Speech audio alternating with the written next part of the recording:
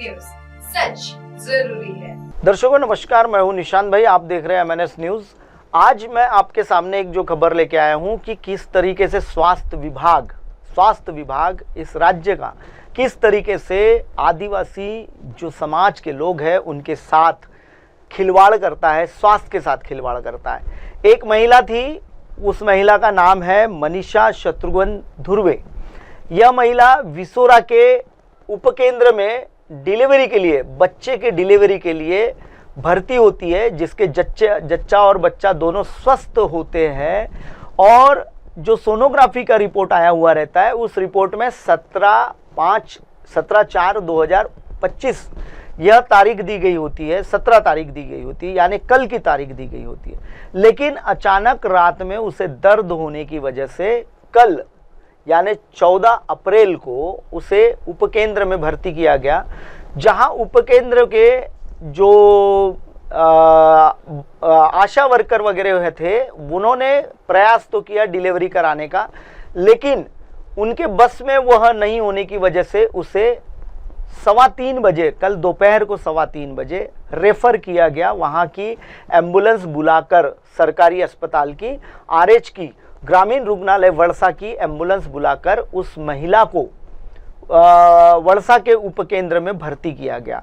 लेकिन 5:15 बजे, 5:30 बजे के दौरान RH के जो डॉक्टर है निसार, इन्होंने उसको रेफर किया निजी अस्पताल में। और निजी अस्पताल में जब वो महिला पहुंचती है तो पता चलता है उनके सारे लोगों को, जब उनके रिश्तेदारों को एम्बुलेंस में उन्होंने एक शव लेके आया हुआ है। कम से कम 1 घंटा पहले वह महिला उसी RH में मृत हो जाती है, और मृत जो महिला थी उसे उन्होंने रेफर किया हुआ था। क्या है पूरा मामला, मैं पहले आपको दिखा देता हूं। हमारे गौरी शंकर जो रिपोर्टर है, उन्होंने ये रिपोर्ट भेजी हुई है। पहले उस पूरे मामले के सारे वीडियो को, तथ्यों को पहले खंगाल लिया जाता है। आइए दिखाता हूं मैं क्या है पूरा मामला। नमस्कार दर्शकों, मैं Gauri Shankar Shahare, reporter MNS news Nagpur. अभी हमें एक बहुत बड़ी खबर मिली है कि एक जो डिलीवरी पेशेंट थी जो विसोरा में भर्ती किए गए थे PSC में, और उसके बाद में उसका प्रॉपर ट्रीटमेंट नहीं कर पाए उन लोगों ने, और कम से कम उन्हें रेफ़र भी नहीं कर पाए उन्होंने। जब वो घर के लोग आए, उनके माता पिता और हस्बैंड, तो उन्होंने बोले कि भाई डिलीवरी नहीं हो रही, क्या प्रॉब्लम है। तो वो बोले नर्स और उनके नर्स करके है और मुंडे डॉक्टर है, उन्होंने बोले नॉर्मल है करके उन्होंने वो दिन भर टाइम पास किए उस महिला का। और उसके बाद में जब उनके आंख पर आती दिखी तो उन्होंने फिर उनके घर वालों ने, परिवार वालों ने एम्बुलेंस को बुलाया वहाँ विसोरा में कि भाई हम बड़े दवाखाने में लेके जाते, बड़े हॉस्पिटल में लेके जाते हैं, क्योंकि आपसे नहीं हो सकेगा करके। फिर भी उन्होंने बोले कि नहीं, नॉर्मल है, डिलीवरी है करके। तो फिर उनको लगा कि अभी ये केस हाथ से जारी करके फिर उन्होंने 1:30 बजे उस एम्बुलेंस को वापस बुलाए, और 3.5 घंटा वहाँ रखकर, 12 से 14 घंटा उस महिला को रखकर उसका कोई इलाज नहीं कर पाए। नॉर्मल है करके उन्होंने रोक के रखे। उसके बाद में उसको वड़सा रेफर किए RH में, और यहाँ लाने के बाद में डॉक्टरों ने देखे कि बहुत सारा क्रिटिकल मामला हो गया है कि अभी ये पेशेंट नहीं बच सकता करके। तो फिर उन्होंने गवर्नमेंट हॉस्पिटल की ही एम्बुलेंस से खाजगी हॉस्पिटल में रेफर किए। ब्रह्मपुरी करके गांव है, यहाँ से 10 किलोमीटर वहाँ भेजे। वहाँ भेजने के बाद में जब नर्स लोगों ने और डॉक्टर ने गाड़ी में चेक किए तो उन्होंने मृत घोषित किए। मृत घोषित करने के बाद में उन्होंने फिर परिवार वालों ने फिर उसको लेकर वापस फिर वड़सा आए PM के लिए। तो इन डॉक्टरों के वजह से उस महिला की मृत्यु है, और वो मर गई, और उसके पेट में जो बच्चा था वो भी मर गया। और उनके परिवार की दशा इतनी ख़राब है अभी, और रो के उनका बुरा हाल है। उनके पिताजी है उस मनीषा के, तो उनके पिताजी भी हार्ट के पेशेंट है, उनका ऑपरेशन हुआ है, और वो रो के बेहाल है। उन्होंने हमारे तरफ गुहार लगाई कि भाई हमें न्याय मिले करके। तो उन्हें न्याय मिलेगा ऐसा उनका कहना है कि भाई इस न्यूज़ के द्वारा, इस न्यूज़ के माध्यम से और पेपर के माध्यम से हमें न्याय मिलेगा करके। अभी जान तो गई है, लेकिन उस परिवार पे कितनी विपत्तियाँ है। उनके पति का भी रो के बेहाल है, और वो लड़की के बाप है, उनसे हम कुछ सवाल करेंगे, वो बताएंगे। तो काका जी, आपका नाम? नीलकंठ शंकर कुमरे। नीलकंठ शंकर कुमरे, कहाँ से? नवेगांव बांध है। नवेगांव बांध से। वो आपकी लड़की है? जी तो अपने जब आपको जब फोन आया, नवेगांव में थे ना आप, जी तो आपको फोन आया कि भर्ती किए करके, जी तो फिर उनको आप वहाँ आए विसोरा। जी विसोरा आने के बाद में फिर क्या परिस्थिति वहाँ की थी? मैं गया सर, वहाँ पूछा हाँ तो बोले रात को एक अंदाजन 1-2 बजे हमने लाए। हाँ। अब तो मैं बोला यानी 13 अप्रैल की रात में वहाँ दवाखाने में जी, जी। भर्ती कराए। जी। हाँ।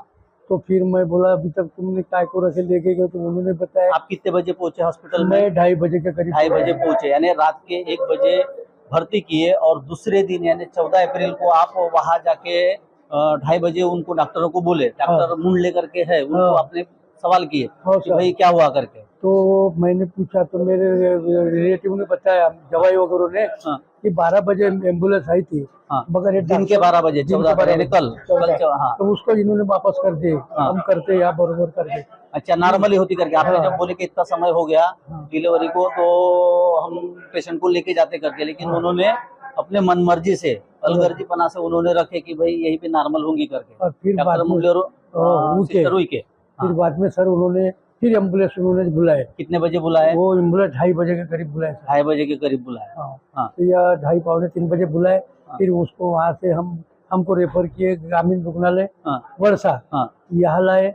यहाँ लाने के बाद में यहाँ के डॉक्टरों ने 1-1.5 घंटा अपना ट्रीटमेंट किया, और फिर हमारे को पूरा डाउट ये हुआ कि जब वो बोले ठंडी गिर गई करके पता चला, हम डॉक्टर को मैंने पूछा कि भाई मेरे लड़की की पल्स देखो, मेरे लड़की को क्या हुआ, ये ना हाथ हिलाती पाँव, वो बोले सीरियस है, तुम तुरंत लेके जाओ। यहाँ आने के बाद में ये डॉक्टर लोगों का क्या कहना हुआ? 1-1.5 महीने जो ट्रीटमेंट किए उन्हें प्रॉपर, उन्होंने बोले नहीं कि उधर ही देर लगाए करके उन डॉक्टर? वैसा कुछ नहीं बोले उन्होंने।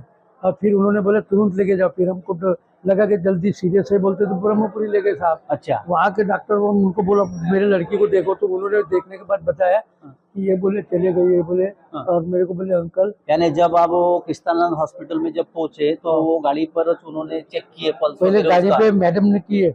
फिर मुझे वो डॉक्टर नहीं थी, तो पर्स से कहने ड्राइवर ने बोला जल्दी करो, सीरियस है। हमने वो स्ट्रेचर लाया उनके लोगों ने। स्ट्रेचर अंदर ले जाने के पहले जैसे लाए नहीं, यानी गेट के पास में गए दवाखाने के, तो दवाखाने के आए। और उन्होंने फिर दो डॉक्टर आए थे, उन्होंने देखा आंखों को और पल्स को। उन्होंने बोल दिया, बोले ये बोले। यानी वो लगभग, यानी जब आप वहाँ पहुंचे तो उसके पहले ही, यानी उनका कहना है आधा घंटा पौन घंटा पहले, जबकि यहाँ से ब्रह्मपुरी को 10 किलोमीटर 15 मिनट लगते हैं। यानी वो आपकी बेटी यहीं पे यहाँ से रेफर किए प्राइवेट में, गवर्नमेंट के एम्बुलेंस से प्राइवेट में। पहले एम्बुलेंस नहीं मिलती बोल रहे, पहले प्राइवेट के लिए एम्बुलेंस नहीं मिलती बोले। फिर उन्होंने मना जल्दी लेके जाओ, यानी इन्होंने अपना आंख झटकने के लिए कि हम पर नहीं आना चाहिए करके उनको रेफर किए। तो ठीक है दर्शकों, ये थे उस मनीषा जो मृत्यु हुई बेचारी, उसके पिताजी और उनके पति भी यहाँ बैठे हुए, लेकिन वो बात करने की स्थिति में नहीं है। उनके ऊपर बहुत बड़ा दुखों का पहाड़ आया है। पागल हो जाए। तो इस माध्यम से मैं दर्शकों को बोलता हूँ कि आप सब जन ने आवाज उठाना चाहिए, और जो डॉक्टर अलगर्जी किया मुंडले करके, उसके ऊपर बड़ी से बड़ी कार्रवाई होनी चाहिए। दर्शकों, मैं रिपोर्टर गौरीशंकर शाहरे, MNS न्यूज। हम लोग वर्षा से यहाँ विसोरा आए हैं, और विसोरा आने के बाद में डॉक्टर मुंडले से पूछे, जो उनके ऊपर आरोप लगाए हो मृतक के परिवारों ने, तो हमने पूछे तो यहाँ की स्थिति कुछ अलग दिख रही है। और यहाँ नर्स उनके भी है, उनसे भी हमने पूछताछ की, तो उन्होंने भी अपना बताया जो उन्होंने किए पेशेंट के साथ में और रेफ़र किए वो भी उन्होंने बताया। फिर हम यहाँ आने के बाद में हमें एक पंचायत समिति उपसभापति सामाजिक कार्यकर्ता मिले, जो पंचायत समिति के उपसभापति भी है। और उनसे जब हमने पूछताछ की कि भाई यहाँ का वातावरण कैसा है, यहाँ के डॉक्टर लोग कैसा इलाज करते करके डिलीवरी वगैरह का, तो उन्होंने अपना अनुभव बताए। वो यहाँ के परिवार यही रहने वाले है, और वो अपना अनुभव बताएंगे। तो मॅडम, आपका नाम बताइए। माझं नाव श्रीमती शेवंताबाई शेगोजी अवसरे, मी इथलीच आहे, समाज कार्यकर्ती आणि पंचायत समिती उपसभापती। मी या गावामध्ये म्हणजे जेव्हाचे ते 10 वर्षाचा अनुभव सांगते त्या मुलीचा, उषा सिस्टरचा का आणि गणेश मुंडले, हे 2 माझ्या गावामध्ये चांगले ड्युटी करत आहेत। आणि कोणतीही जरी गोळ्याचा उपचार म्हणा किंवा कोणत्या डिलिव्हरीचा 10 वर्षाचा अनुभव आहे, खूप छान डिलिव्हरी पण करतात। आणि डिलिव्हरी करून ते पण एकाएकी म्हणजे जे होण्यालायक असली तर ते जाऊ देत नाही, पण जे होण्यालायक असली तर ते रेफर करतात. पण होण्यालायक नसली तर हा. तिला रेफर करतात. रेफर करतात. पण हे जे कालची घटना आहे, अजिबात त्या मुलीची काही चूक नाही आहे. कोणत्या मुलीची? नर्सची? ते नर्सची काही चूक त्यांच्या नाही. परिवाराचा तर आरोप आहे का बा त्याचा काही आरोप असेल, पण ज्या वेळेस त्या बाईची डिलिव्हरीची, म्हणजे तुमचा अनुभव बोलत हो आहे. माझा अनुभव बोलत आहे. का जेव्हा तिला आणला दवाखान्यामध्ये तेव्हा तिचे दुःख कमी होते, पण जेव्हा मग कुणाला? त्या त्या पेशंटला, मनीषाला, पण जेव्हा तिचे म्हणजे कळा चालू झाल्याच्या नंतर तिनं म्हणला का बा मला इथंच डिलिव्हरी करायची आहे. मनीषाला पण म्हणला. तिच्या मनीषाला परिवाराला? म्हणला, निशा सुद्धा म्हणला. निशा म्हणजे तिची चुलत सासू. अच्छा. आणि सीताना पण, तिची सख्खी सासू सीता, हा. तिना पण म्हणला का बा इथेच आम्हाला डिलिव्हरी करायची आहे ना, डिलिव्हरीची वेता आता सुरू झाली आहे. आली गाडी, पण गाडी आली पण तुम्ही थोडा वेळ 10-15 मिनिट थांबा. गाडीवाल्यांना म्हणला का बा 10-15 मिनिट नाही थांबत मी, तोपर्यंत मी वडसाला जाऊन येतो. पण कोणता? एम्ब्युलन्सच्या ड्रायव्हरनं म्हटलं? एम्ब्युलन्सच्या ड्रायव्हरना त्यांचं म्हणला. म्हणणं असं आहे का बा डॉक्टर आणि नाही नाही नाही, हे खोटं बोलत आहेत. ते खोटं बोलत आहेत. आणि उषा सिस्टर जी आहे तिनं म्हणला का बा डिलिव्हर होण्यासारखी आहे, पण 10-15 मिनिटात जरी नाही झाली तर आम्ही रेफर करू बा, असं म्हणजे उषा सिस्टरचा म्हणणं होता. आणि नंतर तिला दुःख नाही, काही नाही, मग दुःख बंद झाले तिचे. दुःख बंद, पहिलं दुःख सुरू झाले.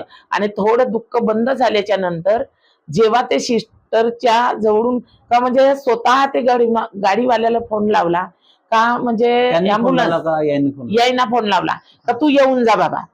तो आल्याच्या नंतर ते स्वतः आपला कपडा लावून गाडीमध्ये स्वतः उठून बसली, ते चालत गेली, येथून चालत गेली एम्ब्युलन्स पर्यंत. असं म्हणजे सर्व व्यवस्थित होतं तिचं, म्हणजे असं धोकादायक असं म्हणजे वाटलंच नाही का हे खरोखरच बा जो काही झाला तो तिथं झाला. या विसोऱ्यामध्ये अजिबात काही झालं नाही. आणि 10 वर्षापासूनची ते उषा सिस्टर इथं डिलिव्हऱ्या करत आहे. तिच्या हाताने एकही असं डगावलेलं नाही. खूप छान डिलिव्हरी करते. या गावामध्ये फक्त एक डॉक्टर मुंडले गणेश आणि उषा उईके हे दोनच आपल्या गावामध्ये आहेत. एवढा मोठा गाव, तर मग हे लोक यांना असं करायला पाहिजे ना, सह्या घेऊन सऱ्या इथं स्टाफ नर्सा बोलवायला पाहिजे, MPW बोलवायला पाहिजेत. 7,500 लोकसंख्या आहे. मग या 7,500 लोकसंख्यामध्ये गावाच्या हिशोबाने स्टाफ नाही आहे, तर मग स्टाफ बोलवायला पाहिजेत होतं ना. काही गलती नसताना एकलपूर पण येते, SRP कॅम्प येते, इथे सलंगटोली येते, सीताबर्डी येते आणि विसोरा पण येते. एवढ्या गावाला ते एकली मुलगी आणि गणेश मुंडले हे दोनही नाही का या गावामध्ये चांगले लोक आहेत, सेवा देत आहेत. एवढंच माझं म्हणणं आहे. आणि खूप चांगली सेवा देत आहेत, त्यांचं काही आरोप नहीं। जैसा दर्शकों अभी आपने देखा कि किस तरीके से एक महिला के साथ यह बर्बरता का यानी अमानुष्यता का बर्ताव किया गया। RH में उसे लाने के बाद वहाँ के जो डॉक्टर है वह ये हमारे रिपोर्टर को भी तक के उन्होंने कहा कि आप यहाँ वीडियो नहीं बना सकते, यहाँ आप वीडियो। जब हम लोग विसुरा गए, विसुरा में जब पूछताछ किए तो डॉक्टरों का कहना है कि हमने 3:15 बजे पेशेंट को रेफ़र किए और रेफ़र करने के बाद में जो इलाज हुआ वो वर्षा में हुआ, RH में हुआ और उनका इलाज कर रहे थे डॉक्टर अविनाश मिश्र करके। तो उनसे जब हमने सवाल जवाब किए तो वो कुछ भी बताने के लिए तैयार नहीं है। तो इसका मतलब कुछ तो भी दाल में काला है। इनका भी फोटो लेना है, नहीं बाहर ही करते ना, बंदिश करते, हम नहीं दे रहे ना वो ब्राइट, तो हम जा रहे ना। तो डॉक्टर साहब कुछ भी बताने के लिए तैयार नहीं, हम कुछ नहीं बता सकते करके कर रहे हो आप, प्लीज बाहर जाके करो। हाँ जी हाँ, मैं यहाँ पे ये डॉक्टर परमिशन दिया, बोले ये डॉक्टर मिश्रा साहब तो हमको ये बता नहीं रहे और हमको बाहर भेज रहे। दर्शकों देखो यही डॉक्टर मिश्रा है, अविनाश मिश्रा। तो नमस्कार, मैं MNS न्यूज नागपुर से एक बड़ी खबर हाथ में लगी तो उसके लिए हम लोग आए थे। एक डिलीवरी माता थी जो मृत्यु हुई है डिलीवरी के समय और उनके घर वालों का कहना है कि भाई डॉक्टर साहब मुंडले, गणेश मुंडले करके उनके और नर्सेज जो है अपनी उनके मैडम, उनके वजह से मृत्यु हुई करके उनका आरोप है। लेकिन हम जब विसुरा में पहुँचे वर्षा से तो विसोरा में आने के बाद में डॉक्टर साहब से बात की हमने, नर्स से बात की, तो बोले वो नॉर्मल था और वो आके बैठे भी बोले वहाँ पे। पेशेंट जो था उतना ये नहीं था, क्रिटिकल नहीं था, वो खुद उठकर गाड़ी में बैठा करके उनका कहना है। तो हम आए डॉक्टर मुंडले के पास में, उनसे पूछते कि कैसे हुआ, बताइए आप। नमस्ते सर, मैं डॉक्टर गणेश मुंडले, समुदाय आरोग्य अधिकारी सब सेंटर आयुष्मान आरोग्य मंदिर विसोरा यहाँ पे काम करता हूँ। जो 14 अप्रैल 2000। आप कितने साल से है यहाँ पे? मैं अभी 6 साल से हूँ सर। 6 साल से। हाँ, 6 साल से हूँ। हाँ। जो माता जो है मनीषा शत्रुघ्न धुर्वे, हाँ, वो हमारे उपकेंद्र में 14 अप्रैल 2025 को रात में 3-3:15 बजे करीबन यहाँ आई। हाँ, आशा वर्कर को उन्होंने 2-2:30 बजे कॉल किया था कि मेरे पेट में दर्द थोड़ा हो रहा है। हाँ। तो आशा वर्कर ने तुरंत सिस्टर सीएनएम, हमारे सीएनएम आशा उषा सिस्टर, इनको कॉल लगाया। तो सिस्टर ने पेशेंट को सब सेंटर अपने आयुष्मान आरोग्य मंदिर में लेके आइएगा।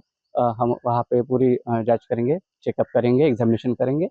तो इस हिसाब से सिस्टर और मैं दोनों ने पेशेंट को करीबन 3:15 या 3:30 बजे हमने पेशेंट को चेक किए।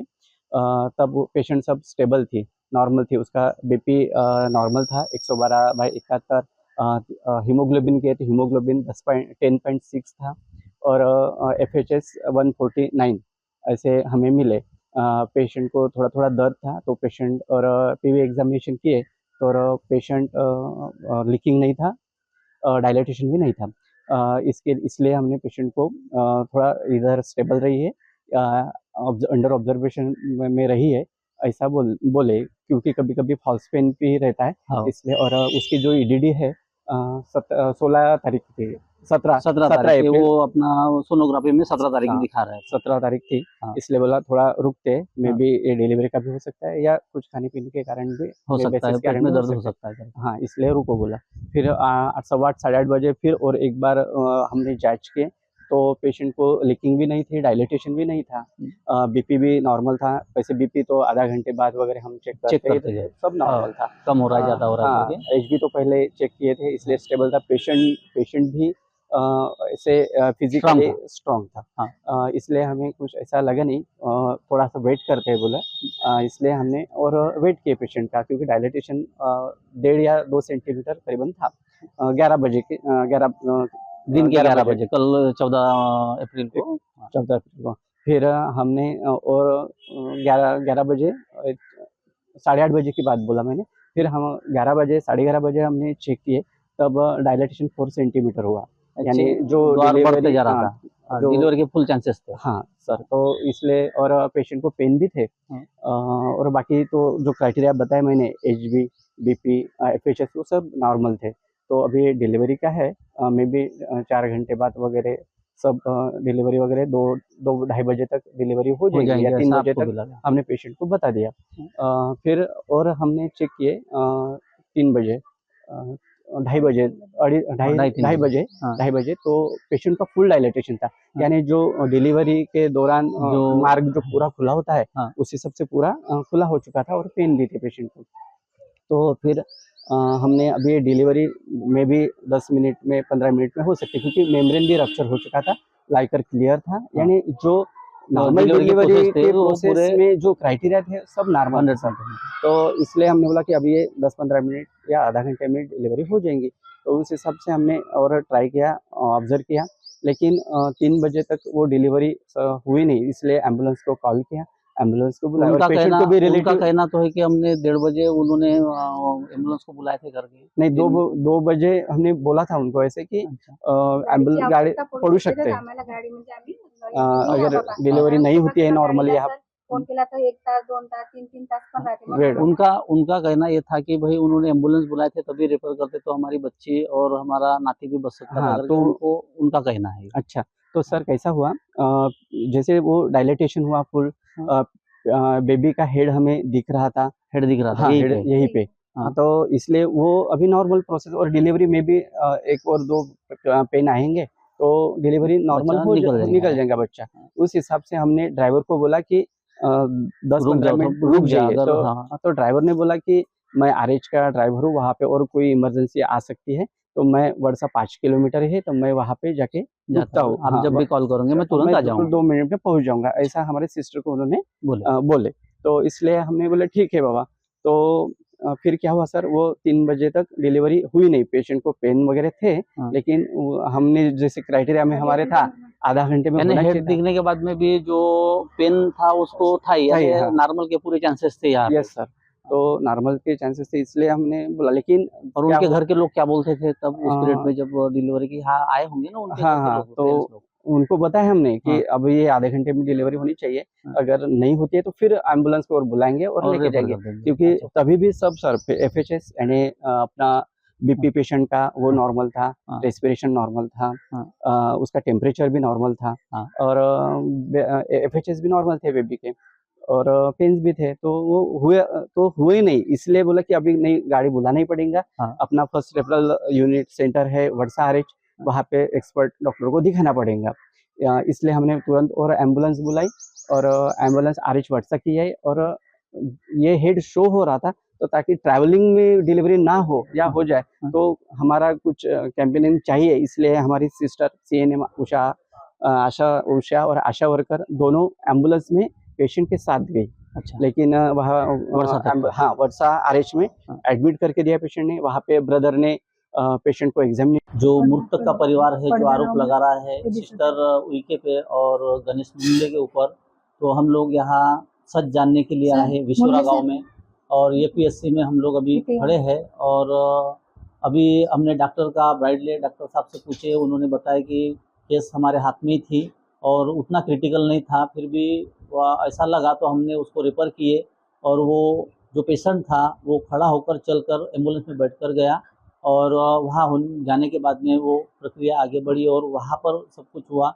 तो फिर हम लोग अभी आए, जो सिस्टर है उनके, उनसे हमने पूछताछ की कि भाई कैसे हुआ, और उनका तो कहना है कि भाई उनके वजह से पेशेंट हमारा ये हुआ करके, लेकिन अभी ये अपने आप बीती बताएंगे। तो सिस्टर, वो जब आपके पास में उन्होंने पेशेंट को लाए, वो कितने बजे लाए?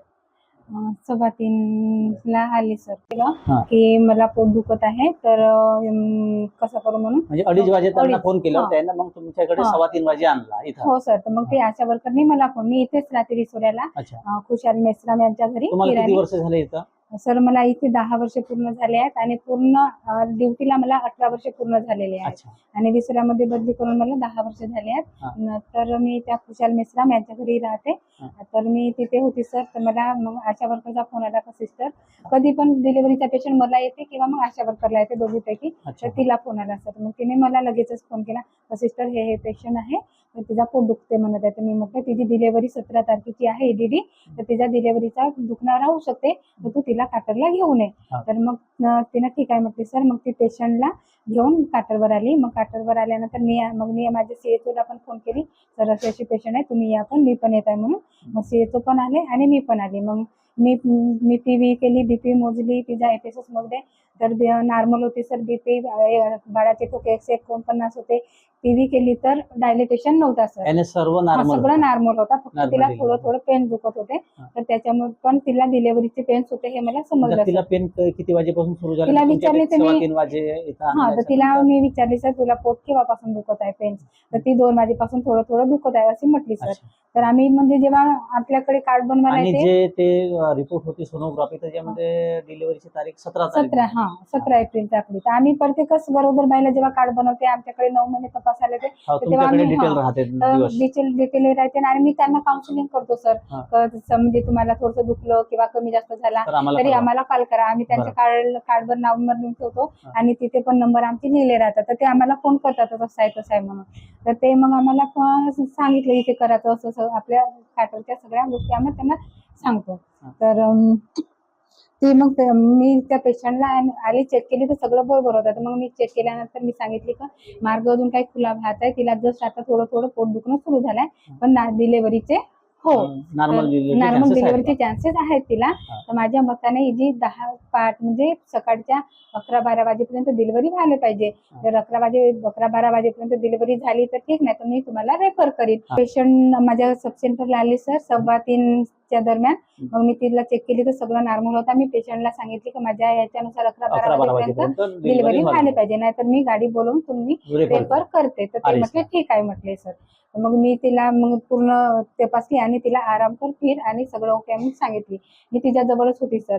मग कसं पीव्ही आम्हाला आमच्या नियमानुसार 4-4 तासांनी पीव्ही करावं लागते आणि अर्ध्या तासांनी बीपी एपीएसएस वगैरे मोजायला लागते. तुम्ही अर्ध्या तासांनी मी मोजायची तर सगळं नॉर्मल होते. आणि सर पण आमचे सीएचओ पण सर सोबतच होते सर. ते आणि मी इथंच होतो आम्ही पेशंट असल्यामुळे. नंतर मग सकाळला मी 11:30-12च्या दरम्यान मी पीव्ही केली तर ते 4 सेंटीमीटर झालं तिचा, म्हणजे तिचा डायलेटेशन 4 सेंटीमीटर झाला आणि मार्ग खुला झाला. डिलिव्हरीच्या याच्यामध्ये डिलिव्हरी नॉर्मल होण्याचे चान्सेस पूर्ण 100% होते. तर मग आमच्याकडे 4 फिंगर झाल्यानंतर पार्टोग्राफ भरावा लागते सर. म्हणजे त्या 4 तासामध्ये त्या बाईची डिलिव्हरी होते किंवा नाही होते आमच्या नियमानुसार तुम्ही पार्टोग्राफ ते 4 सेंटीमीटर झाल्यानंतर भरणं सुरू केली सर. मग ते 4 सेंटीमीटर झाल्यानंतर मग बीपी पण नॉर्मल व्हायचा अर्ध्या तासाने सगळं. मग 2:30-3च्या दरम्यान पूर्ण तिच्या पेन्स भरपूर वाढले आणि बाळाचा डोकं दिसायला लागला, मेम्ब्रेन दिसायला लागला. मग ते लगेचच मग आम्ही मी आता डिलिव्हरी अर्ध्या 1 तासात होते. मग मी माझं डिलिव्हरी किट वगैरे पूर्ण मी टाकली. माझे म्हणजे पूर्ण डिलिव्हरीची तयारी केली, म्हणजे आता अर्ध्या तासामध्ये डिलिव्हरी होते म्हणून. हा तर मग बाळ मेम्ब्रेन रप्चर झाला सर. मेम्ब्रेन रप्चर झाल्यानंतर मग बाळाचा डोकं वगैरे दिसायला लागला. मेम्ब्रेन रप्चर झाल्यानंतर अर्ध्या तासात 1 तासात डिलिव्हरी व्हायला पाहिजे. त्याच्यानुसार मग मी सांगितले की आता मेम्ब्रेन रप्चर झालेले आहे, अर्ध्या 1 तासामध्ये डिलिव्हरी झाली पाहिजे, नाही तर मी गाडी बोलावते मग मी रेफर करते. तर ते पेशंट म्हणे सिस्टर, ती स्वतः पेशंट बोलली माझ्यासोबत. मी तिला सांगितले ना असं असं आहे, आता तू चांगली दुखणे वगैरे ला. नाही सिस्टर मला इथं डिलिव्हरी करायची, मला रेफर नका करू. पेशंट स्वतः बोलली सर असे तेव्हा. तर मी म्हटलं तुझ्या म्हणल्यानं काय होणार आहे, मला जर समजते तसं मी पाहिजे मग मी पाठवीन अशी मी बोलली सर. मग मेम्ब्रेन रप्चर झाला, असा वाटत होता की आता अर्ध्या तासामध्ये डिलिव्हरी होईल.